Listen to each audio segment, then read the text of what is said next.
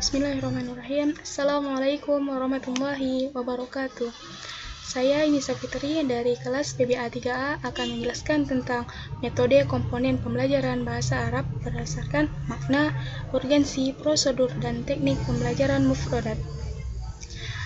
Adanya hal ini dilatar belakangi oleh kesulitan-kesulitan peserta didik dalam menghadapi persoalan yang berkaitan dengan pelajaran. Kemudian pengertian pembelajaran mufradat. Pembelajaran berarti cara, proses pembuatan menjadikan orang atau makhluk hidup belajar, sedangkan kosakata merupakan kumpulan kata-kata tertentu yang pada perkembangannya akan membentuk suatu kalimat atau bahasa. Menurut Ahmad Janan Asifuddin, pembelajaran mufradat yaitu proses penyampaian bahan pembelajaran yang berupa kata atau pembendaharaan kata sebagai unsur dalam pembelajaran bahasa Arab. Lalu, tujuan dari mempelajari atau pembelajaran mufradat ini dapat menambah pembendaharaan kosakata baru, melatih melafalkan dengan baik dan benar, memahami kosakata baru baik secara denotasi maupun konotasi, lalu mampu merangkainya menjadi suatu bahasa lisan maupun tulisan. Metode pembelajaran mufradat. Adapun metode-metode yang sesuai dengan tahapan-tahapannya seperti metode pembelajaran mufradat untuk tingkat dasar atau mubtadi. Metode ini merupakan strategi tingkat dasar yang dapat menggunakan beberapa metode seperti menggunakan nyanyian atau lagu dalam bahasa Arab. Diharapkan agar proses belajar menjadi tidak jenuh bagi pemula. Dengan menunjukkan bendanya, artinya ketika kita memperkenalkan suatu mufradat baru kepada mutalim dengan langsung menunjukkan bendanya, dibaca berulang-ulang agar cepat menempel dalam ingatan siswa. Lalu adanya metode pembelajaran mufradat tingkat menengah atau mutawasitin. Metode ini merupakan strategi tingkat menengah yang dapat digunakan dengan beberapa metode seperti menggunakan peragaan tubuh, menulis kata-kata, memberikan persamaan kata, memberikan lawan kata, memberikan asosiasi makna. Lalu, metode pembelajaran bahasa Arab tingkat lanjut atau mutaqaddimin.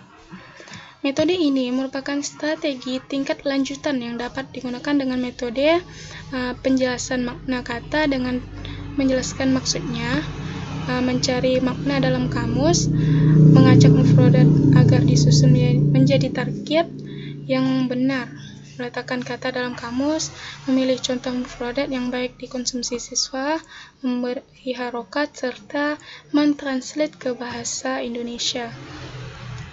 Lalu teori kognitif. Metode kognitif. Ciri-ciri khusus dari penggunaan metode ini yaitu teori ini berusaha untuk mengenalkan kepada siswa tentang sistem bunyi, tata bahasa, morfologi, dan dalalah Arabiah sebagai bahasa kedua. Lalu menjelaskan pelajaran dimulai dengan menjelaskan kaidah yang diikuti dengan contoh-contoh. Lanjut dengan latihan-latihan, bisa dengan berbagai kegiatan kebahasaan dalam rangka mengembangkan kompetensi komunikasi yang sering dikenal dengan istilah teori transformasi kreasi. Lalu menggunakan bahasa pembantu pada awal pembelajaran. Diawali dengan menjelaskan kaidah dan penjelasan aturan-aturan bunyi dalam bahasa Arab. Lanjut pada metode drill, yaitu metode ini adalah suatu kegiatan dalam melakukan hal yang sama secara berulang-ulang dan sungguh-sungguh dengan tujuan untuk memperkuat suatu keterampilan atau penyempurnaan suatu keterampilan siswa agar menjadi permanen. Juga merupakan suatu cara untuk menanamkan kebiasaan yang baik dan untuk memperoleh suatu ketangkasan, ketepatan, kesempatan, dan keterampilan bagi siswa. Langkah-langkah untuk penerapan metode ini seperti yang pertama, persiapan. Jadi, guru menyediakan peralatan yang diperlukan. Misalnya menyediakan buku pelajaran bahasa Arab, alat tulis, buku tulis, dan yang lainnya. Kemudian menciptakan kondisi anak untuk belajar seperti mengabsen siswa. Lalu pelaksanaan. Pelaksanaan ini guru memberi pengertian atau penjelasan sebelum latihan dimulai dan demonstrasi proses atau prosedur oleh guru dan siswa mengamatinya. Setelah itu, evaluasi atau tindak lanjut. Siswa diberi kesempatan mengadakan latihan. Siswa membuat kesimpulan, lalu guru bertanya kepada siswa. Lanjut pada teknik pengajaran mufradat.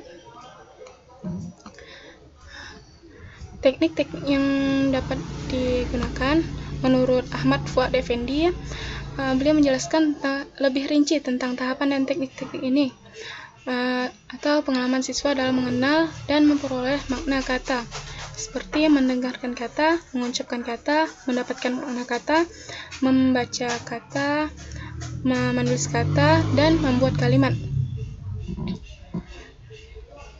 Setelah itu, ada beberapa cara yang digunakan untuk menjelaskan makna kosakata atau mufradat dengan menempelkan benda atau sampel yang ditunjukkan oleh makna kata dengan peragaan tubuh